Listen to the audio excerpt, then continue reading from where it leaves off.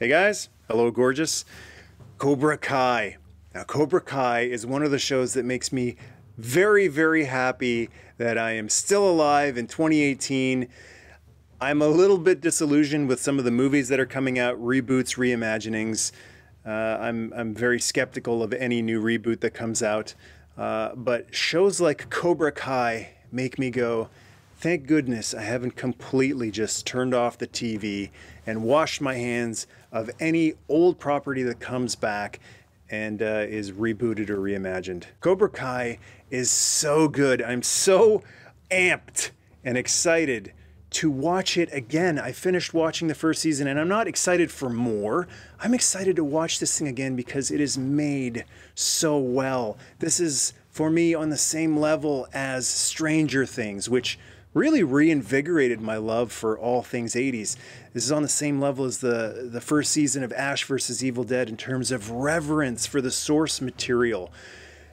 Cobra Kai is made by people who love The Karate Kid. I don't know if they love the rest of the movies.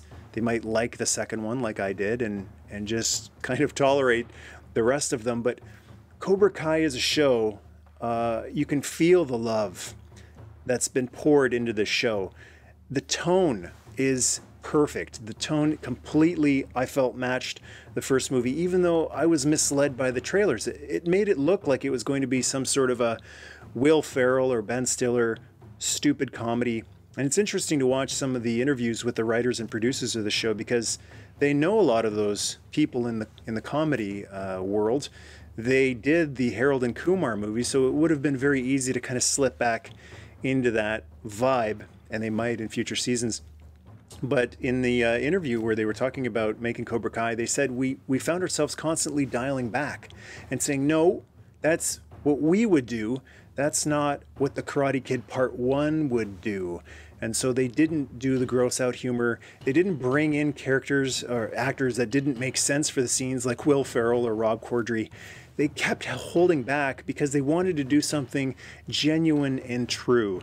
Now there's going to be comparisons between Cobra Kai and the new Star Wars movies, and there's a lot of people who are saying this is how you show reverence. This is how you continue an old beloved franchise. When The Force Awakens was coming out, I was led to believe that's what they were doing. They were going to shoot on film, they were bringing everybody back, all the original cast, they were working meticulously to recreate every detail.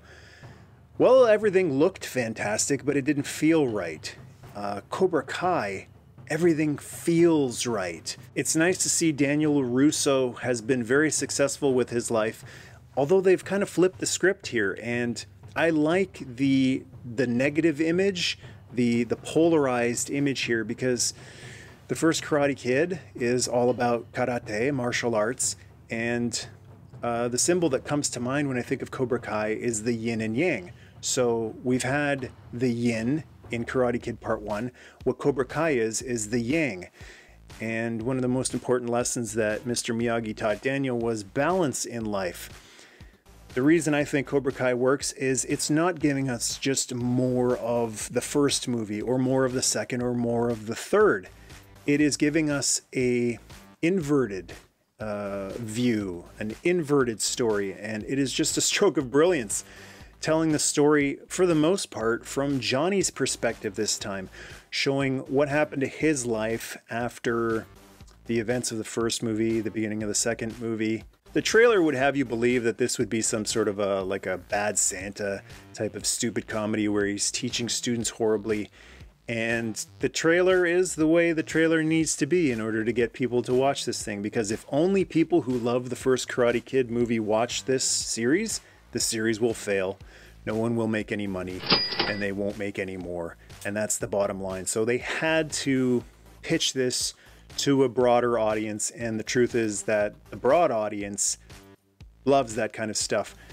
I think it's brilliant though how they've very cleverly snuck the heart and soul into this movie, and there's a lot of moments where they could have used bathos, as it's called, in order to give a lame joke at the expense of a good lesson, of a feel-good moment.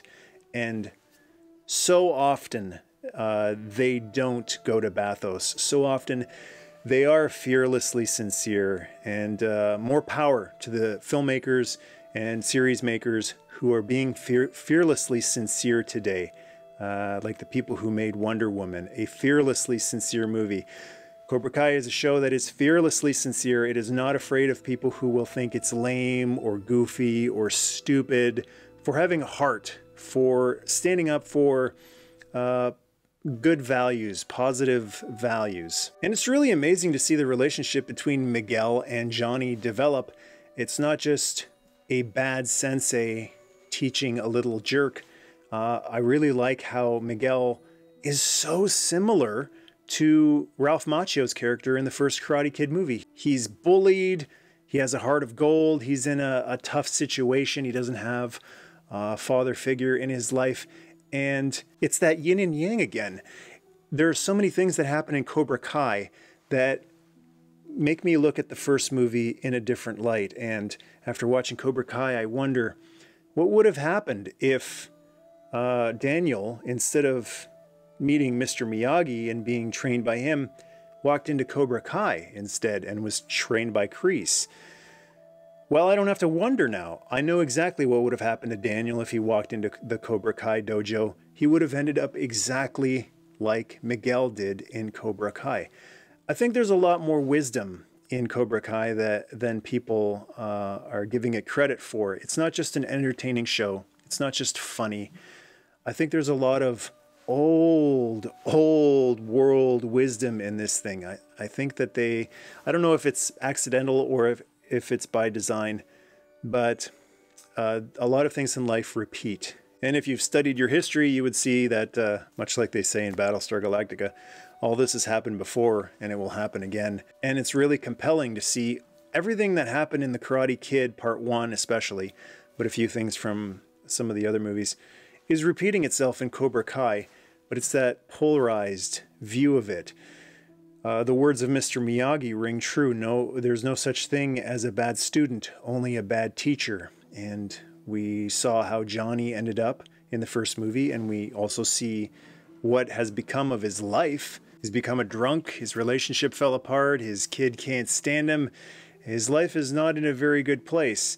And that is directly a result of the teachings that he received from Kreese in the first movie. He's down on his luck, and to contrast, Daniel LaRusso is the king of the world. And yes, he won the tournament back in the day and beat Johnny, but that's not the reason why he has a successful car dealership and a nice happy family and a nice house. It's because of a progression of what he learned in the first movies. He applied the focus that Miyagi taught to him, and he applied it to everything that he's doing in his life. That's why martial artists are the way they are. Yes, there are some exceptions, people who are more controlled by their ego, but the true martial artists who have really embraced what martial arts is about have achieved laser focus, and also that no-mindedness, where they aren't controlled by their ego, they aren't controlled by their emotions, and that's why they are very successful in life. But to make it an interesting show, Daniel LaRusso is not Mr. Miyagi. He is not that blank slate, egoless, perfect, peaceful warrior that his mentor was. He still has a couple of those attitude problems that he had in the original movies. I said in the Karate Kid 3 review that even if you don't like it, at least some of it is being referenced in Cobra Kai, and I feel like some of Daniel's character traits in Cobra Kai are more from the third movie than the first movie. He's got these chip on his shoulder, obnoxious young punk traits. He still has that heart of gold. I think it's absolutely wonderful that he offers to help Johnny, even though it's kind of begrudgingly. He's trying to be the bigger man, and he's trying to listen to that Miyagi voice in his head.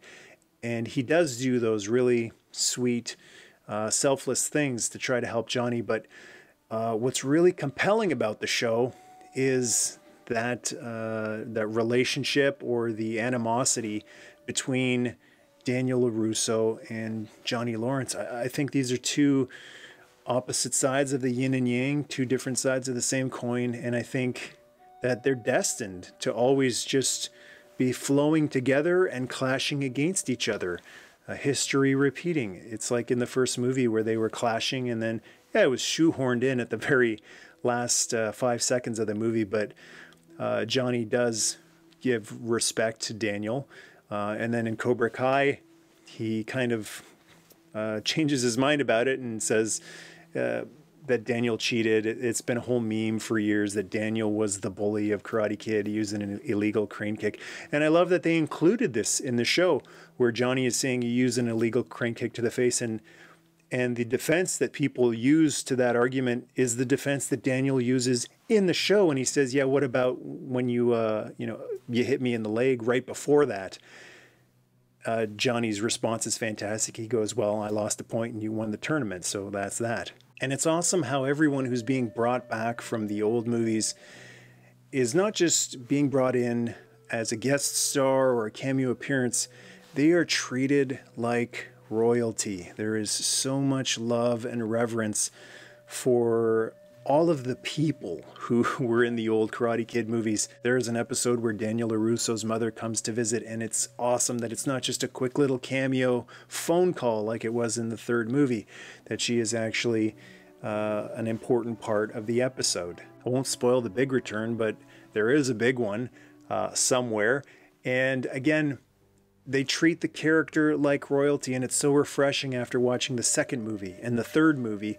Just write people off like Elizabeth Shue's character, Allie, or the love interest that Daniel meets in the second movie. She's gone in the third movie. So it's really nice to see a show that instead of brushing people aside and saying, we don't need them, all we need is Johnny and Daniel.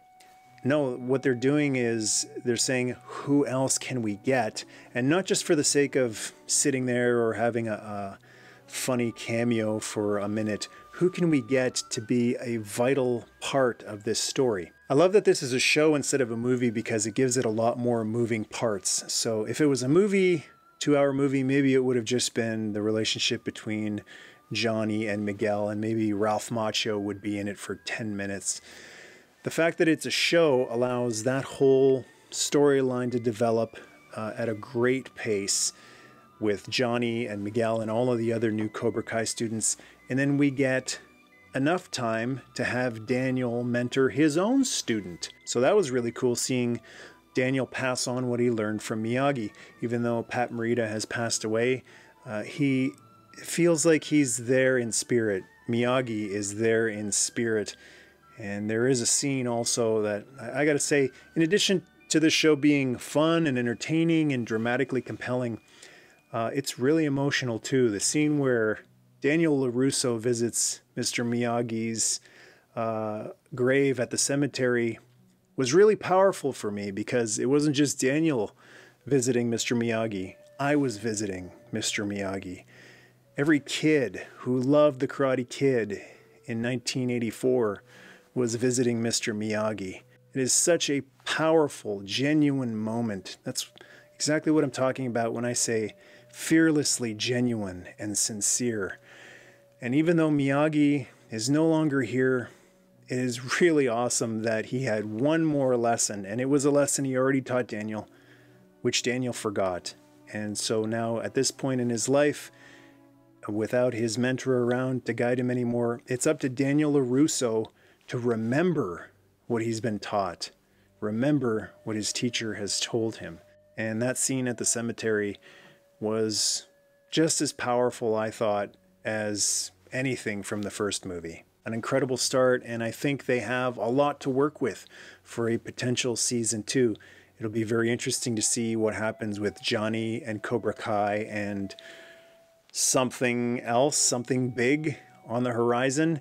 I think the door has been left wide open for more people to return, maybe some of Daniel's former love interests.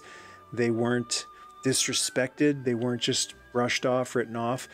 There is a great scene at a bar with Daniel and Johnny talking about their old girlfriend. And that was one of those scenes where instead of clashing, they were flowing together.